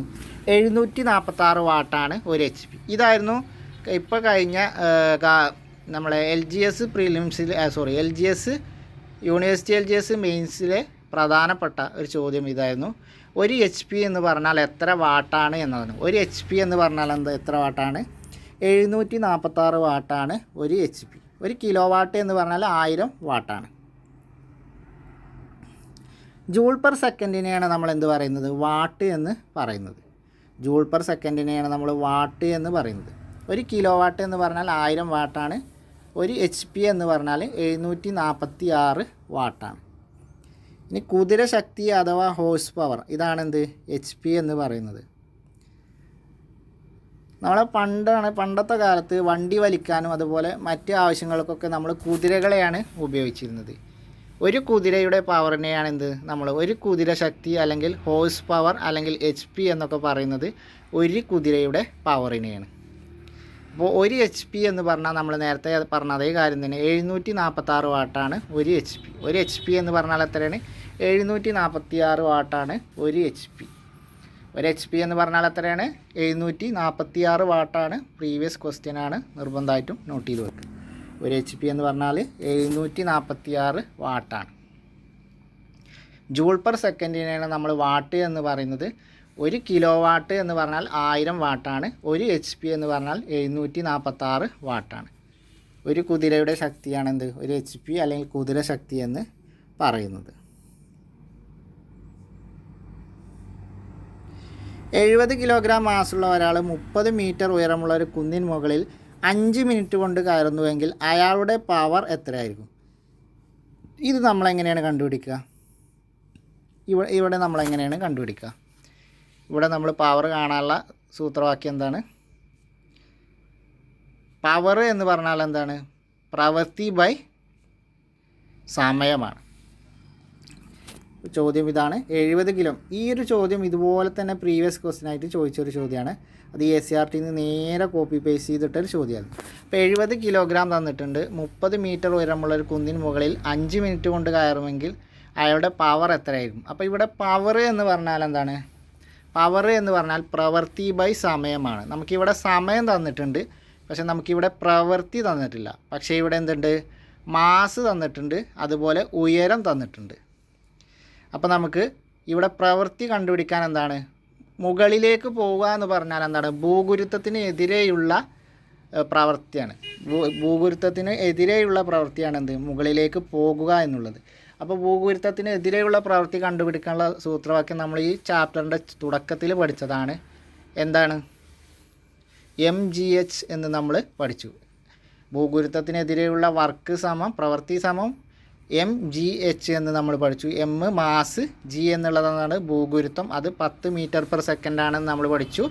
പിന്നെന്താണ്? S എന്ന് പറഞ്ഞാൽ എന്താണ്? MGH ആണ്. H എന്ന് പറഞ്ഞാൽ ഹൈറ്റ്. അപ്പോൾ നമ്മളിവിടെ പ്രവൃത്തി എങ്ങനെ കണ്ടുപിടിക്കും? 70 കിലോഗ്രാം മാസ്. അപ്പോൾ M 70, G എന്താണ്? 10, പിന്നെന്താണ്? H ആണ്. അപ്പോൾ 70 × 10 × 30 ആണ് എന്ത്? ഇവിടെ പ്രവൃത്തി എന്ന് പറയുന്നത്. 70 × 10 × 30 ആണ് ഇവിടെ പ്രവൃത്തി എന്ന് പറയുന്നത്. ആ 70 × 30 × 10 പ്രവൃത്തി ബൈ എത്രയാണ്? 5 മിനിറ്റാണ് ഇവിടെ തന്നിട്ടുള്ളത്. നമ്മളെപ്പോഴും സമയത്തിൻ്റെ SI യൂണിറ്റ് എന്താണ്? സെക്കൻഡാണ്. അപ്പോൾ അവിടെ 5 മിനിറ്റ് എന്നുള്ളത് നമ്മൾ എന്ത് ചെയ്യണം? അതിനെ സെക്കൻഡിലേക്ക് ആക്കണം. അപ്പോൾ 1 മിനിറ്റ് എന്ന് പറഞ്ഞാൽ എത്രയാണ്? 60. അപ്പോൾ 5 മിനിറ്റ് എന്ന് പറഞ്ഞാൽ 5 × 60 300 സെക്കൻഡ് എന്ന് കൊടുക്കാം. നമുക്ക് ഈ ചോദ്യം ചെയ്യുമ്പോൾ എന്ത് ചെയ്യുക? ഡയറക്റ്റ് തന്നെ 5 × 60 എന്ന് അടിയിലും കൊടുത്താൽ മതി. നമുക്ക് എന്നാൽ 300 എന്ന് കൊടുക്കേണ്ട ആവശ്യമില്ല. അപ്പോൾ നമുക്ക് വെട്ടിച്ചുരുക്കാൻ സുഖമായിരിക്കും. അപ്പോൾ 70 × 10 എന്നുള്ളത് ഭൂഗുരുത്വമാണ്. നമ്മൾ ഭൂഗുരുത്വാകർഷണത്തിനെതിരെ നമ്മളുള്ള പ്രവൃത്തി കണ്ടുപിടിക്കാനുള്ള സൂത്രവാക്യം നമ്മൾ പറഞ്ഞു MGH എന്നുള്ളത് പറഞ്ഞു. അതിൽ G എന്ന് പറഞ്ഞാൽ ഭൂഗുരുത്വമാണ്, M എന്ന് പറഞ്ഞാൽ മാസും, H എന്ന് പറഞ്ഞാൽ ഹൈറ്റുമാണ്. അപ്പോൾ ഇവിടെ 70 × 30 എത്ര ഹൈറ്റ് എത്രയാണ്? 70 × G എന്നുള്ളത് 10 × ഉയരം 30 അപ്പോൾ × 30 ബൈ എന്ത് ചെയ്യണം? ഈ 5 മിനിറ്റ് എന്നുള്ളതിന് നമ്മൾ എന്ത് ചെയ്യണം? അതിനെ സെക്കൻഡൊക്കെ ആക്കണം. അപ്പോൾ 5 × 60 അങ്ങനെ ചെയ്താൽ നമുക്ക് അതിൻ്റെ ഉത്തരം കിട്ടും. അപ്പോൾ ഇവിടുത്തെ പവർ കാണാനുള്ള ഉത്തരം കിട്ടും. ഈ പ്രീവിയസ് ക്വസ്റ്റ്യൻ, ഈ സെയിം ക്വസ്റ്റ്യൻ ഇതുപോലെ കോപ്പി പേസ്റ്റ് ചെയ്തിട്ടാണ് നമുക്ക് പ്രീവിയസ് ക്വസ്റ്റ്യൻ ആയിട്ട് ചോദിച്ചിട്ടുള്ളത്. ഡിഗ്രി ലെവലിലാണ് ചോദിച്ചിട്ടുള്ളത്. അപ്പോൾ ഇത്രയാണ് നമുക്കൊരു ഈ ഒരു ചാപ്റ്ററിൽ നമുക്ക് പഠിക്കാനുള്ള കാര്യങ്ങൾ. അപ്പോൾ ഇതിൽ എന്ന് പറഞ്ഞാൽ ഒരുപാട് സൂത്രവാക്യങ്ങൾ വരുന്നുണ്ട്. അപ്പോൾ ആ സൂത്രവാക്യങ്ങളും അത് വെച്ചുള്ള പ്രോബ്ലങ്ങളും നമ്മൾ നിർബന്ധമായിട്ടും ചെയ്ത് പഠിക്കണം. പ്രാക്ടീസ് ചെയ്ത് തന്നെ പഠിക്കണം. നിങ്ങൾക്ക് എന്തെങ്കിലും സംശയം ഉണ്ടെന്നുണ്ടെങ്കിൽ കമൻറ്റിൽ അറിയിക്കുക. ഇല്ലെങ്കിൽ ഞാൻ എൻ്റെ വാട്സപ്പിൻ്റെ കമ്മ്യൂണിറ്റി ലിങ്ക് കൊടുത്തിട്ടുണ്ട്, അതിൽ കണക്ട് ചെയ്യുക. അല്ലെങ്കിൽ നമ്മൾ ടെലഗ്രാം ചാനലിൽ ജോയിൻ ചെയ്തിട്ട് അവിടെ നിങ്ങൾക്ക് സംശയങ്ങൾ ചോദിക്കാവുന്നതാണ്. ഓക്കെ, ഇത് നമ്മൾ പ്രോബ്ലം നിർബന്ധമായിട്ടും ചെയ്ത് തന്നെ പഠിക്കണം. ഇല്ലെങ്കിൽ നമുക്ക് കറക്റ്റ് പഠിയില്ല. അപ്പോൾ ഇത്രയാണ് നമുക്ക് ഈ ഒരു ചാപ്റ്ററിൽ പഠിക്കാനുള്ളത്. അപ്പോൾ നമുക്ക് ഈ മൊഡ്യൂളിലെ തന്നെ മറ്റൊരു ചാപ്റ്ററുമായിട്ട് അടുത്ത ദിവസം കാണാം. അതുവരെ എല്ലാവർക്കും താങ്ക് യു.